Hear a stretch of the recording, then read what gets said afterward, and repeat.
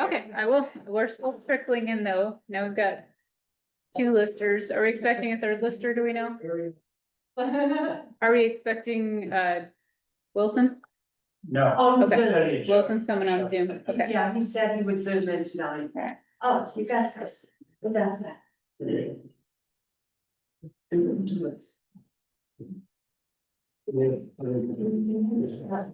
I'm sorry, I Yeah. was confused and I did not mean to make more work for you. That is You know. all right. It is not a problem. 1, 2, 3. So we do have a majority of listers and a majority of select board members and the treasurer at this point. So we have a quorum. A quorum is either a majority of the group or a majority of those folks and a treasurer. So well, I'll give it one more minute to see if Wilson pops in or anyone.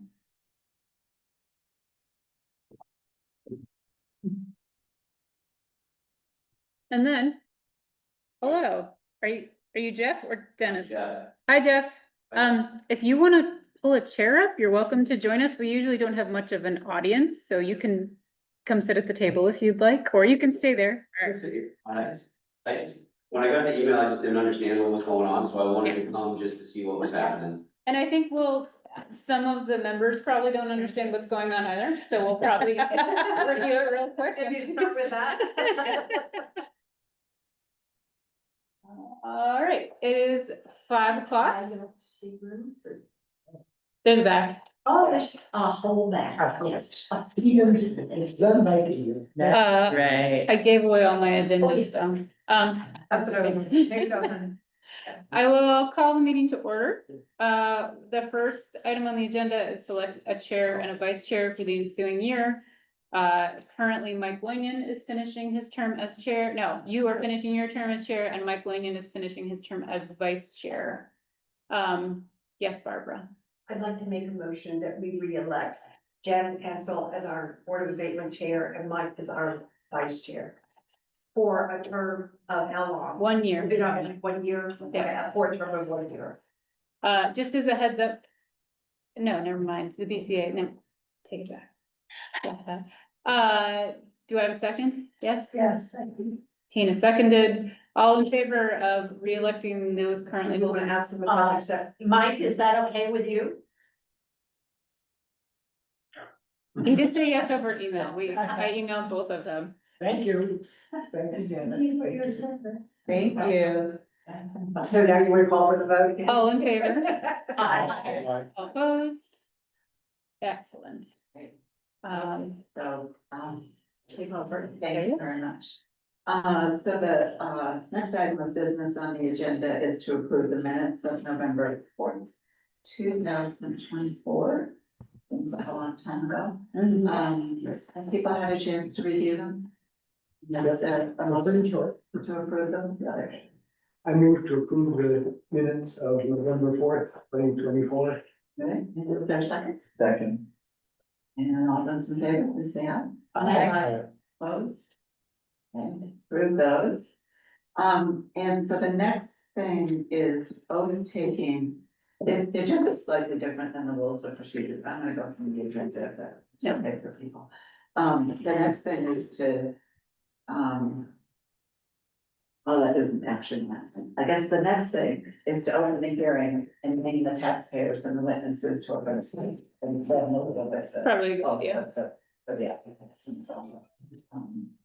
So the two applications that we have are submitted by the town. So Kari is this signatory on the application.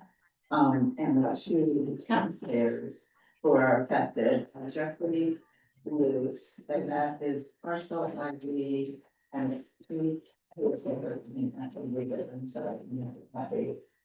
210,477. 2.0477, thank you. And the other applicant is Dennis Abatement. And that property ID number is 460,640. And so I thought what we would do is we'd handle the applications together initially, and then we'll separate them when we start caring about the details about them, but they're both similar because they both involve a veterans exemption. So now I'm back to the question about who's gonna speak on them, and then when we have identified that, then we'll do the oath. So Kari, you're going to, Yeah, I can present. as the applicant. And anybody else who's planning to speak? And if you decide you wanna speak later, we can do an oath for you later, so you're welcome, just a second. Do you have a question? So. The oath for. It's on the rules of procedure. I'm sorry. It's on the rules of procedure. Yeah. It's, so. Kari, under the pains and penalties of perjury, do you solemnly swear that the evidence you give in the cause under consideration shall be the whole truth and nothing but the truth? I do. Okay. And then the next, thing on the, rules of procedure is to ask board members to disclose any conflict of interest in any ex-party communication with either of these, two property owners. And if you have something, it's not a big deal, we just need to know that, but, Can I just get clarification, Kari, are you speaking on behalf of the selectmen?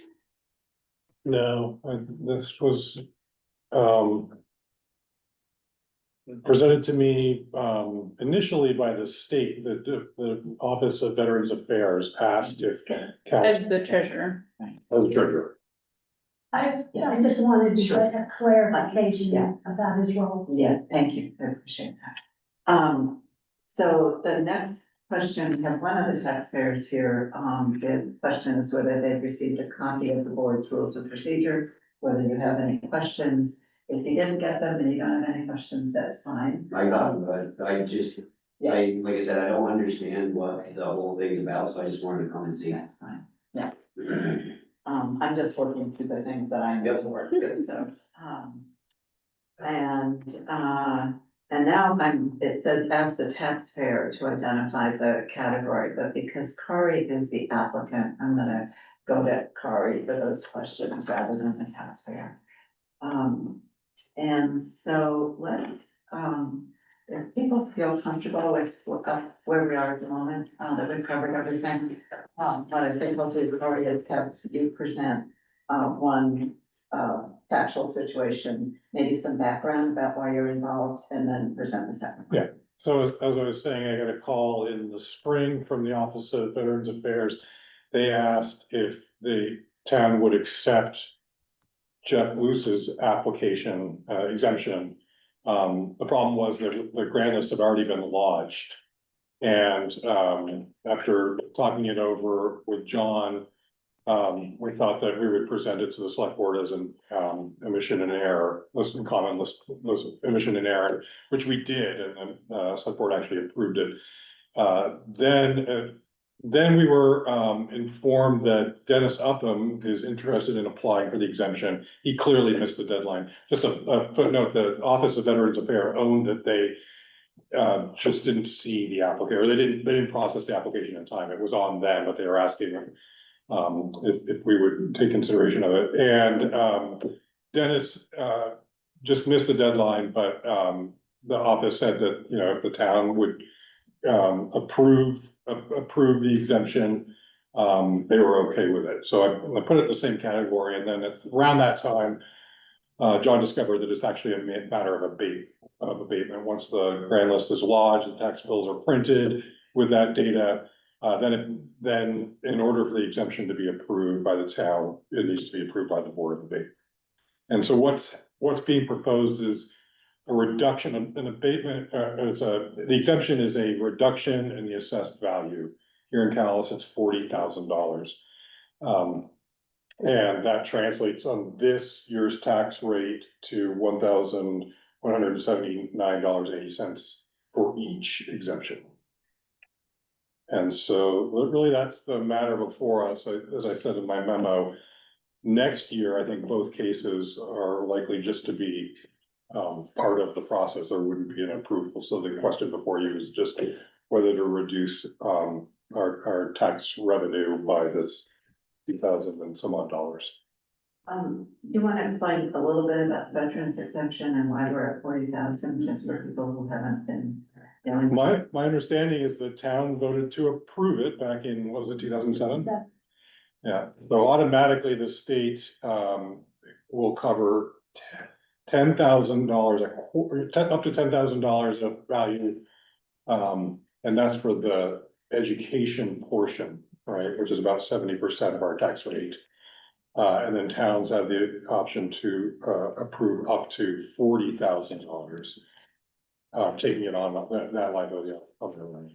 So the town covers the impact of the 30,000, and even if these two taxpayers had been on time in the Office of Veterans Affairs had been on time, we would have been impacted by the same amount of money. It didn't change the impact.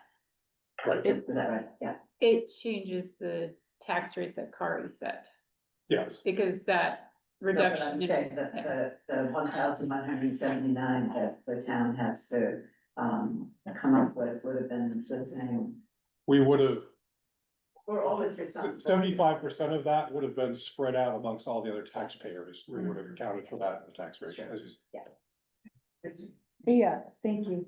There was a statement in your report, Kari, that said that there's something about this year only we're responsible for more. Is that typically the state pays 10,000, but because it's after the deadline, Calais is responsible. Yeah, for so- that amount this year only, and I just didn't. fully Like with all understand. matters of abatement, the town is responsible for the education Mhm. portion of the tax rate.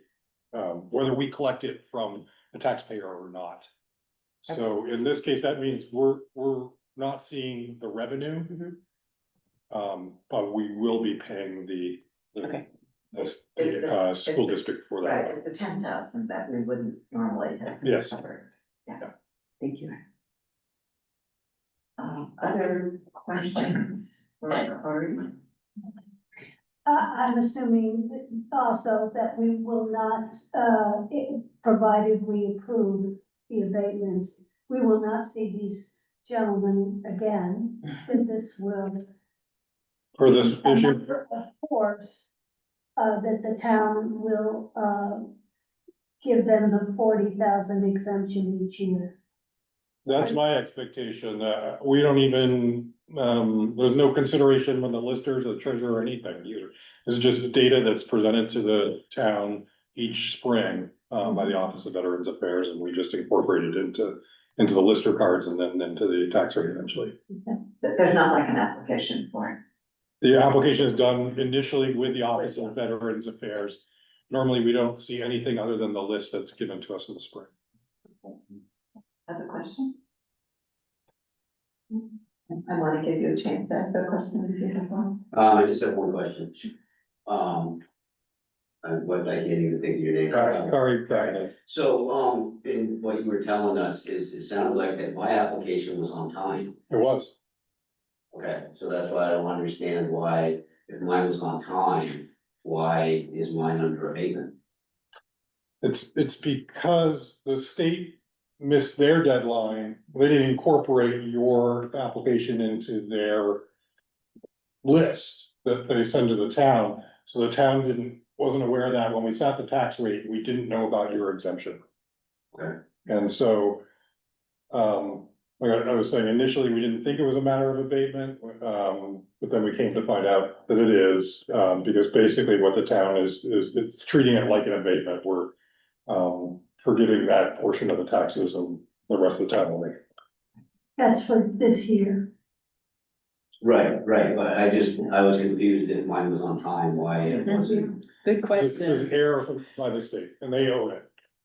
A mistake made by somebody not in this room. That's, I knew, because Ian told me that they dropped the ball with the whole thing, but I thought it had been taken care of. So basically, per state statute, we just have to go through this process formally to formally acknowledge that a mistake was made and that we want to correct it on your behalf. Okay.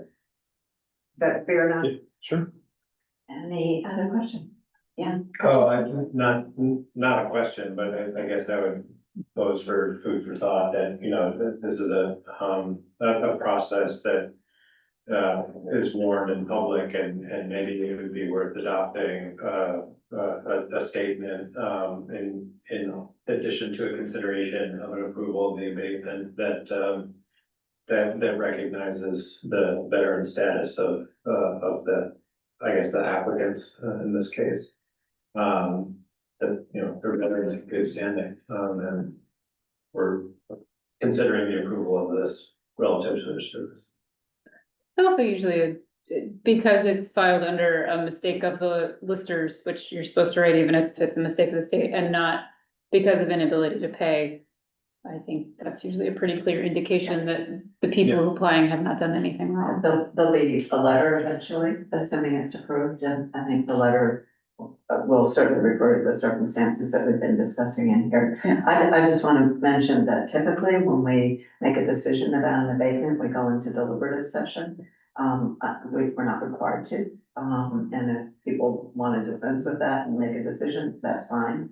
But I just want to say that we're probably at the point of doing that if that's what people want to do it in deliberative session. Not necessary. Okay, that's fine with me. So is there more discussion? And I guess if there's not, or even if there is, I'd ask for somebody to make a motion then if we're not gonna do this in deliberative session. I would move. I'd like to do the two taxpayers separately, Okay, just for purposes of sort of record keeping more than anything else. so I would move that we approve the Jeffrey Luce, application for veterans Is there a second? exemption. Second. Yeah, and all those in favor? Is that all opposed? I'd also move that we approve the, veterans exemption for Dennis Upham. Is there a second? Second. Can we have discussion on that? We sure can, but I just want to get the motion on the table. Now, do you want to do the discussion in the deliberative session? No, I Yeah, want to okay. ask a question. Okay. I see that there is another gentleman who has a life estate, and I wanted to clarify, does that mean that the other gentleman has a life estate, or that Mr. Upham has a life estate? Last year, Mr. Upham filed a life estate deed with the town naming Anthony Bellinger as the person who would receive the estate in the event of his death. And due to a lister error, now Anthony Bellinger's name is listed as the primary owner of the property, although he is not yet, so that will be / has been remedied. However, at the time of this filing, Anthony's name was the name on the grand list, not Dennis Upham's, even though he is and has been the owner of the property. Okay, So we have a mistake that doesn't affect the. we don't have to take action on the mistake. No, that's unrelated to this. It just happened to also be part of this. Any other question? So we have a motion and a second to approve, the, abatement for Dennis Upham. All those in favor, please say yes. All those opposed? So that motion also passes. And, what we have sort of the process that we set in place last year, as chair, I'll do a draft of approval and then it will get circulated and, Tegan, I think you can let Dennis know, or Kari, you can. Yeah, I'll know. Communication with them, Yeah. either way. Yeah. And you know, now you're all set. So that's all good. Thank you, everybody. I don't think we have any other business. We're gonna close this hearing. I guess that's the next thing to do. And so now we're just sort of back where we are, and I don't know if there's anything else that we need to know about. I'd be glad to make a motion to adjourn. All right, that's their second for that. Second. And I was. Aye. We can adjourn, it's very efficient. Thank you, Janet, and Mike, for serving.